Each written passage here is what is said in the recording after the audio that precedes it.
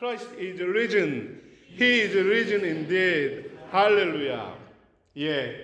여러분 부활의 기쁨이 여러분 얼마나 큰지 모르겠어요. 참 부활의 소망은 이루 말할 수 없는 기쁨입니다. 너무나도 큰 감사고요. 넘치는 은혜이지요. 우리가 죄 중에서 사망 중에서 살 수밖에 없는 이 죄의 권세 속에서 우리를 살리신 그 크신 은혜입니다. 무덤에서 우리를 다시 살려 부활의 주님을 만나게 하시고 찬양케 하시는 은혜입니다. 우리의 모든 죄를 짊어지시고 십자가에서 죽으신 우리 주님께서 우리의 부활의 첫 열매가 되셨습니다. 주님으로 인해서 여러분 죄와 사망의 권세에서 영원한 부활의 소망을 가지고 살아가는 우리 생수의 성도들 되길 원합니다. 여러분의 삶에 어떠한 좌절스러움들, 고난들, 핍박들, 절망스러운 요소가 있을지라도 그 어느 것도 성도의 부활 신앙을 좌절시키고 꺾을 수 없음을 여러분 기억하십시오. 부활의 은혜를 깨달은 성도들 소망 중에 살 수 있음을 믿으시기 바랍니다. 주님으로 인하여서 승리하는 소망 중에 감사하는 우리 생수의 성도들 되기를 축복합니다. 아멘. 여러분 부활의 소망은 말로 표현할 수 없는 큰 은혜입니다.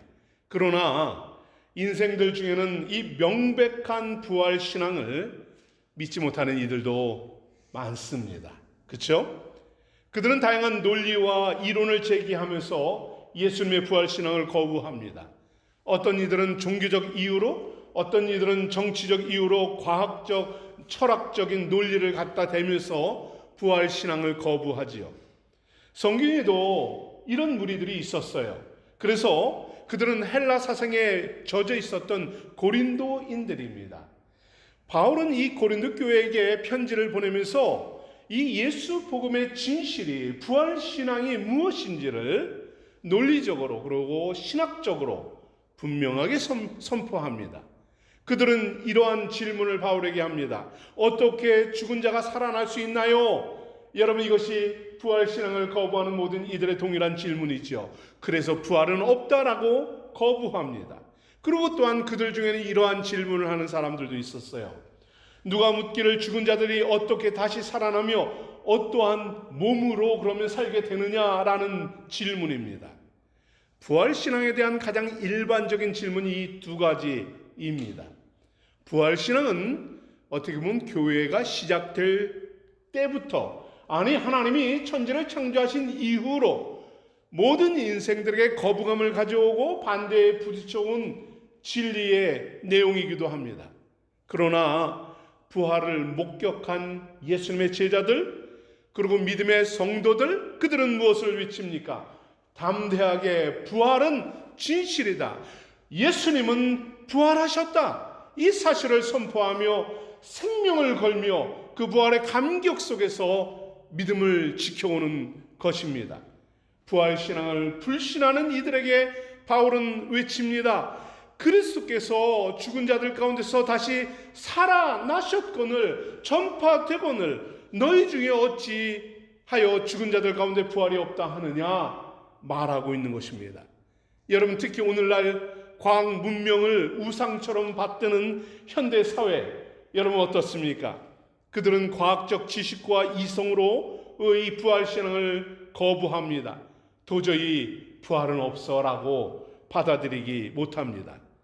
부활에 대한 강한 거부감을 표출하는 이러한 인생들 그들은 다양한 과학적 진보를 통해서 부활이 아닌 생명의 신비를 풀어내겠다라고 그들은 말을 합니다.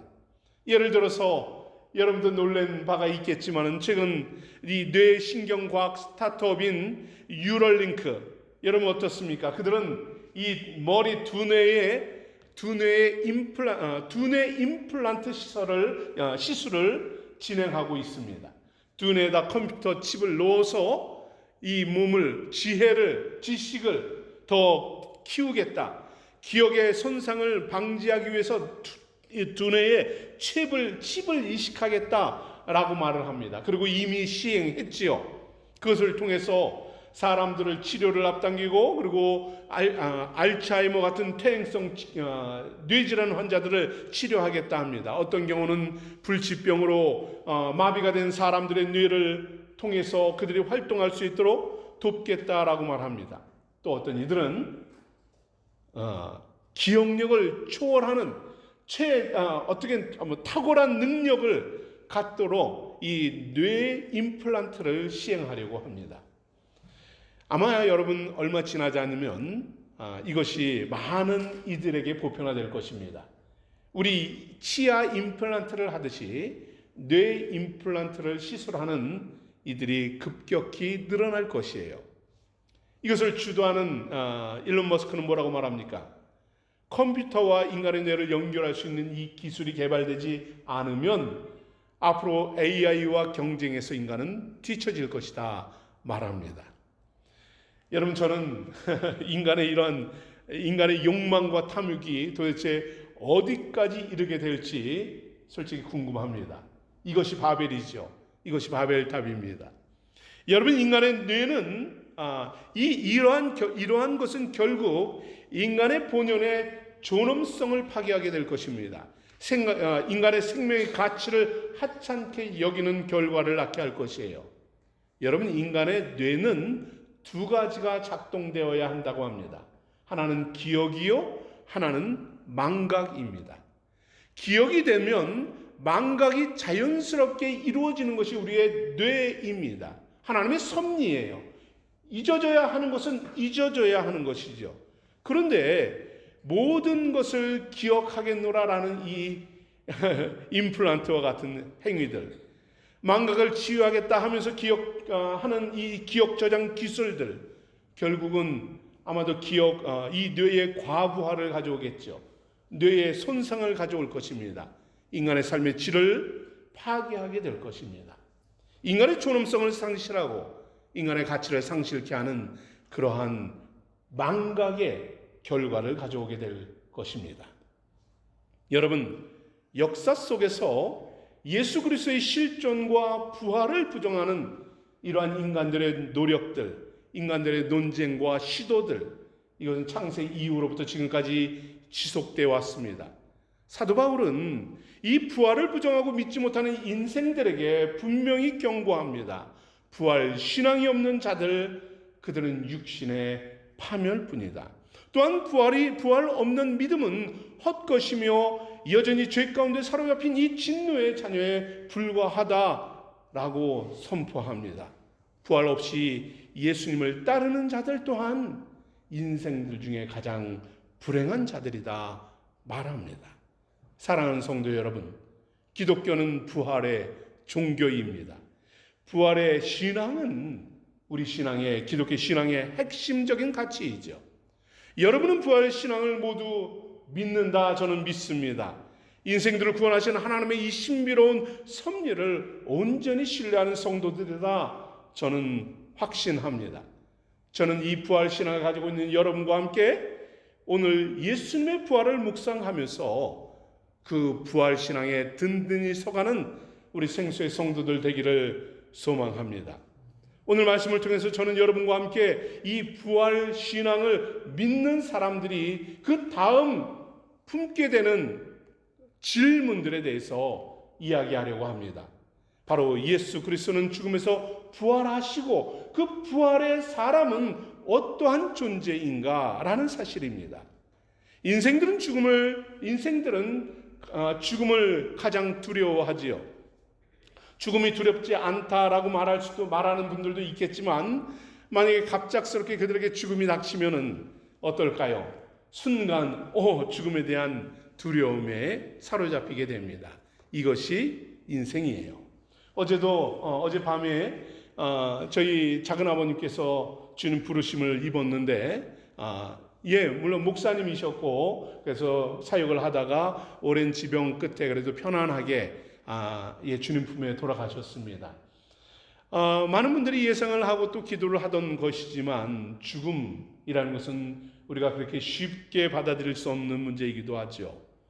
여러분, 주님은 이 죽음의 근본 원인인 죄의 문제를 해결하셨습니다. 이를 위해서 십자가에서 죽으시고 3일 만에 부활하셨지요.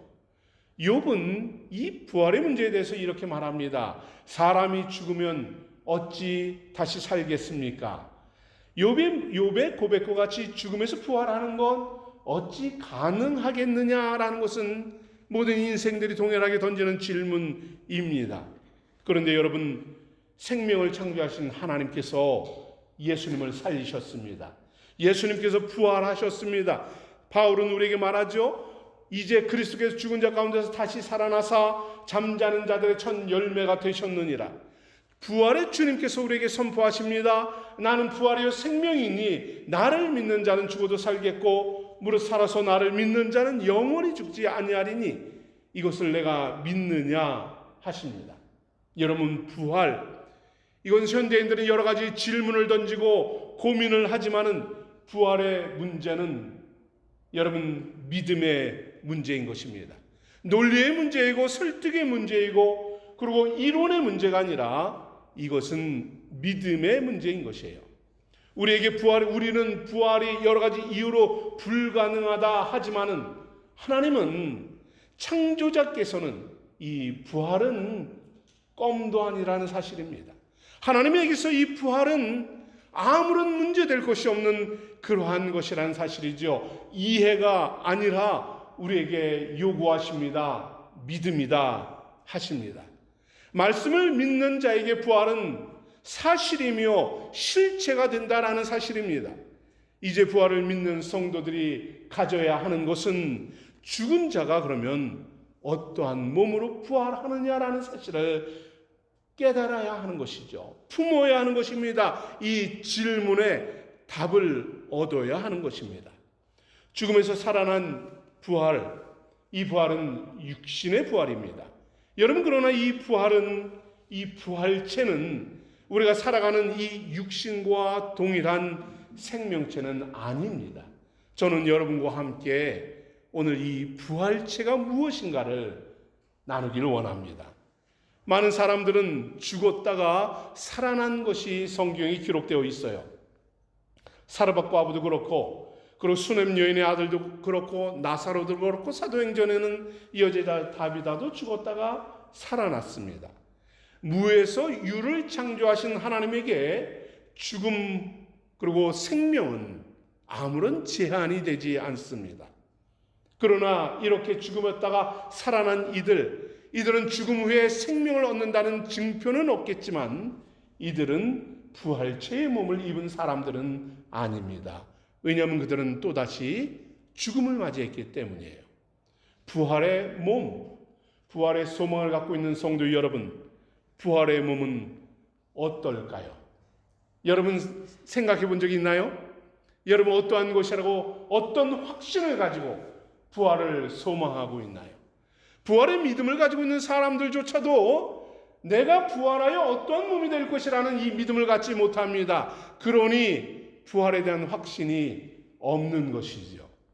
여러분, 저는 여러분과 함께 이 신비로운 하나님의 섭리에 대해서 오늘 나누길 원합니다. 가장 부활체에 대해서 명확하게 알 수 있는 것은 부활의 첫 열매인 예수님을 통해서 우리는 깨닫게 됩니다. 오늘 본문에서는 이렇게 말합니다. 부활의 몸은 살과 뼈가 있는 육체이다 하십니다. 그러나 우리의 몸과 같은 육체는 아니다 하십니다. 어떤 이들은 오늘 본문의 말씀을 보면서 부활은 영적인 어떤 사건은 이 영적인 것이다. 아니면 제자들에게 있는 정신적인 환각에 너무나도 예수를 보고 싶은 나머지 환각에 의해서 예수님을 본 것이다. 이렇게 말을 합니다. 그러나 부활의 주님은 오늘 말씀하시죠. 자신의 제자들에게 못자국을 보이십니다. 너희의 손가락과 내 몸에 창자국을 만져보라 하십니다. 예수님의 부활체는 영이 아니고 환각도 아닙니다. 왜냐?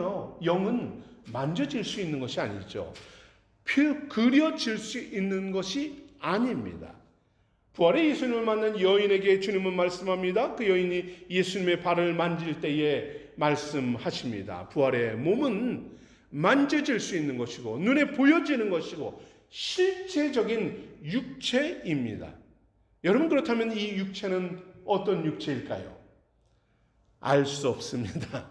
이것이 정답입니다. 이 육체는, 이 부활체는 그래서 신비라고 말할 수 있는 것입니다. 여러분, 더욱 놀라운 사실은 부활의 주님께서 엠마오로 내려가는 제자들과 함께 동행을 합니다. 제자들과 함께 대화를 하고 옆에 실체적으로 만져지고 음식을 나누고 할 수 있는 몸입니다. 그러나 그가 예수님인지는 인지하지 못해요. 왜 그럴까요? 함께 음식을 먹으며 대화하고 만져지는데도 불구하고 알 수 없는 것, 이것이 부활체입니다. 왜냐하면 영적인 눈이 뜨여져야만 실체를 알 수 있기 때문이죠. 육체를 입고 눈에도 보입니다. 음식은 먹습니다. 그러나 육의 눈으로는 이 부활체의 실체를 알 수 없다는 점입니다. 여러분, 어떤 이들은 천국에 가면 그러면 부활체의 몸으로 먹지도 못하고 음식을 먹지도 못하고 영의 몸으로 거룩한 몸으로 이 세상에 누리는 어떤 이 육체적인 음식의 즐거움을 누리지 못하면 어떡하나라는 걱정을 하는 분들도 있을 수 있어요. 그러나 여러분, 부활체는 음식을 먹을 수 있음을 기억하십시오. 하늘나라에는 생명나무 과일이 있고요. 그리고 또한 주님과 같이 생선과 과일과 음식을 나눌 수 있다는 사실. 여러분, 음식을 먹을 수 있는 이건 또 다른 기쁨이며 또 다른 즐거움이기도 합니다. 여러분, 부활체의 몸, 이것은 우리의 육체와 동일하지만 바로 음식을 먹고 우리와 동일하게 생활하고 만져지지만 그러나 우리와 동일한 이러한 육체가 아니라는 사실, 이것이 바로 부활체의 신비입니다. 부활체에 대해서 또한 두 번째는 여러분과 부활체는 썩지 않는 몸이다라는 것이에요. 여러분, 육체는 생로병사에 의해서 시간이 지나면 죽고 썩습니다. 그러나 부활체는 창조의 본질 그대로 육체는 돌아가지만 부활체는 그와 같이 썩지 않는다 하십니다. 고린도전서 15장에 말씀하죠. 썩지 아니하는 것으로 다시 살아나며 육의 몸으로 신령한 몸으로 다시 살아나나니 하십니다. 그렇습니다. 부활의 몸은 병들고 썩지 않는 몸입니다. 부활의 몸에 대해서 바울은 이렇게 말합니다. 그것은 강하고 영광스러운 몸이다. 다시 그 몸으로 다시 살고 신령한 몸으로 입게 된다 합니다. 여러분은 어떠한 몸으로 부활할 것 같습니까? 간혹 죽음을 맞이하는 분들은 죽음을 생각하며 부활을 생각하며 나의 몸이 죽음의 그 순간과 같은 몸이 되면 어떡하나 하는 염려도 하실 수 있습니다. 그러나 성경에서 부활체는 강하다라고 하십니다. 이 강하다라는 말은 무엇입니까? 건강하다라는 것이에요. 가장 아름답다라는 것입니다. 가장 튼튼하다는 것입니다. 우리의 육체의 몸, 부활체의 몸은 가장 건강한 모습으로 주님 앞에 서게 될 것입니다. 여러분, 건강한 모습으로 우리가 주님 앞에 설 날을 기대하며 사모하며 나아가시기 바랍니다. 또한 부활체의 몸에 대해서 시 공간의 제한을 받지 않는 몸이다 말씀합니다. 예수님의 죽음과 부활 이후에 제자들은 문을 걸어잠고 두려움에 떨고 있었습니다. 모든 문이 걸어 잠겨 있지만 어느 순간 주님께서는 그 공간을 초월하여서 제자들에게 다가오십니다. 누가복음 24장에 이렇게 말씀하죠. 예수께서 친히 그 가운데 서서 이르시되 너희에게 평강이 있을지어다. 여러분, 분명히 십자가에서 죽으신 예수님은 장사 지내어 무덤에 있어야만 합니다. 자신의 눈에, 그러나 그 예수가 무리 가운데 오늘 이 자리에 눈앞에 보여집니다. 여러분, 놀라운 일이지요. 제자들 역시 놀라고 무서워합니다. 영을 보는 줄 착각을 하죠. 우리의 육체는 시간과 공간의 모든 삶의 한계 투성이입니다. 하지만 부활체는 육의 몸과 전혀 다른 몸이다 하십니다. 새로운 몸이며 시간과 공간을 초월하는 새로운 차원의 몸이라는 사실입니다. 그렇게 주님께서 말씀하시죠. 구름을 타고 올라가시며 승천하며 제자들에게 다시 오겠노라, 너희가 본 이대로 오겠노라 하십니다. 그래서 바울은 고린도전서 15장에서 말씀합니다. 보라, 내가 너희에게 비밀을 말하노니 우리가 다 잠잘 것이 아니요 마지막 나팔의 순간에 호련히 다 변화하리라. 나팔 소리가 나며 죽은 자들이 썩지 아니할 것으로 다시 살아나고 우리도 변화하리라. 그렇습니다. 부활의 몸은 바로 예수의 몸으로 변화된다는 것입니다. 시공간을 초월하는 몸으로 변화되는 이 몸을 입는 것이에요. 부활하신 주님, 승천하신 그대로 우리 가운데 오시겠노라 하십니다. 마지막 날 그 몸으로 오시어서 주님과 함께 천년왕국에 참여하고 영화로운 하나님의 하늘나라에서 새 하늘과 새 땅에서 우리와 함께 하겠노라 약속하십니다. 또한 부활제는 여러분 하늘에 속한 자의 형상을 입게 된다 하십니다. 고린도서 15장 49절을 우리 함께 읽어볼까요? 시작.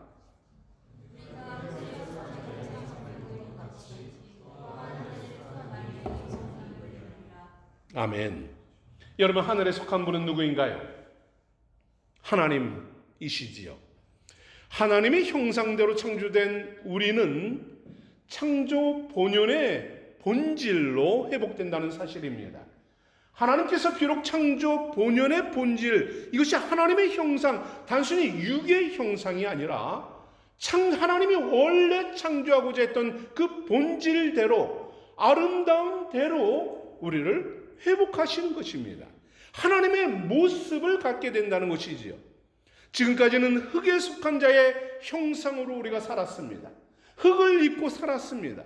그러나 이 부활체는 바로 이러한 흙이 아니라 하나님의 본질로 창조되는 것입니다. 천상의 존재로 창조된다는 것이에요. 세상에 속한 모습이 아닙니다. 육체로 피조되고 범죄했던 에덴 동산의 삶을 초월하는 하늘의 모습인 것입니다.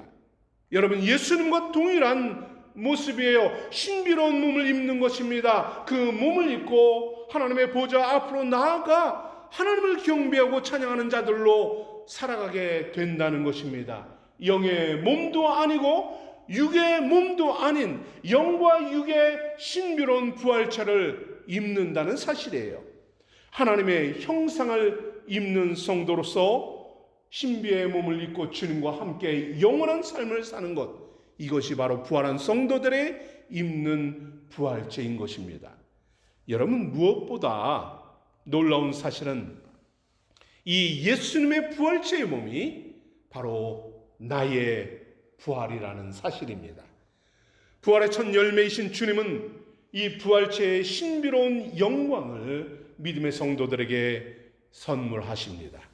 주님의 재림의 날에 신랑 되신 주님을 맞이하는 여러분, 주님과 같은 부활체의 몸을 입게 된다는 사실을 기억하십시오. 썩지 않을 몸입니다. 시간과 공간을 제한받지 않는 몸입니다. 하나님의 몸의 형상을 입는 것입니다. 이 부활체의 주인공이 되는 것이에요. 불완전하고 연약한 인생들이 완전한 부활체로 있고 영원한 생명을 누리게 되는 날이 바로 주님 재림하시는 그 날입니다.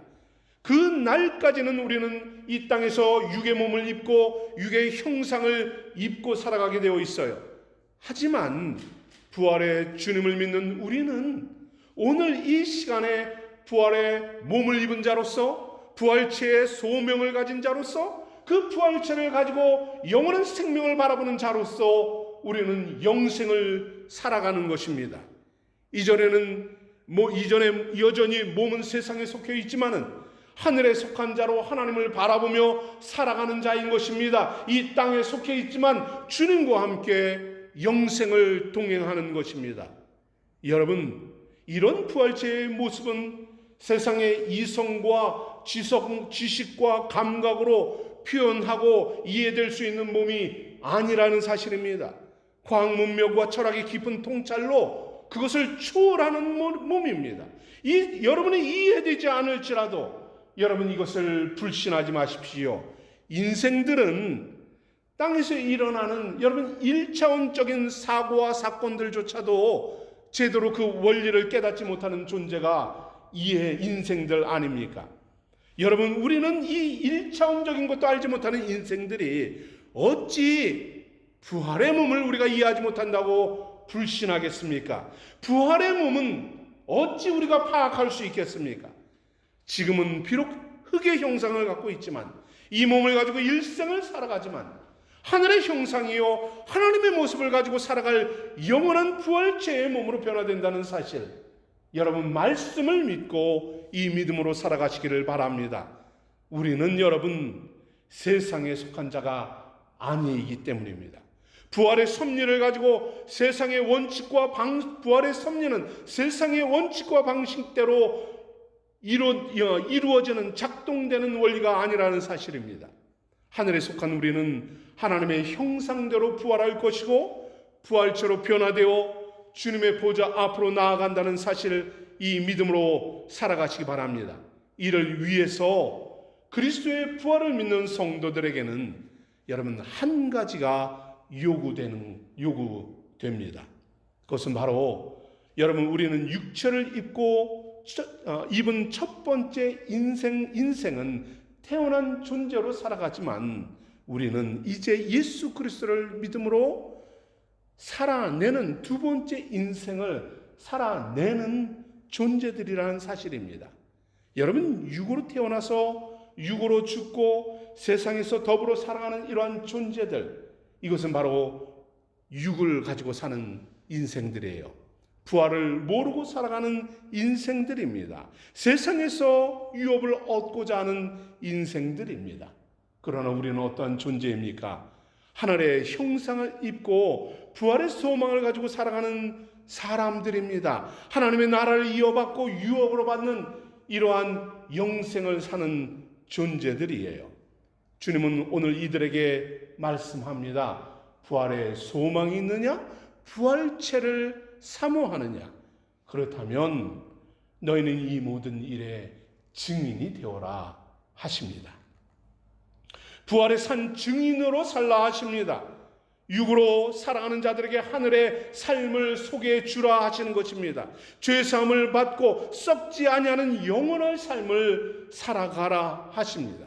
모든 자들이 예수와 함께 영원한 하나님의 나라를 유업으로 얻으며 영원한 부활체를 입게 하라 하십니다.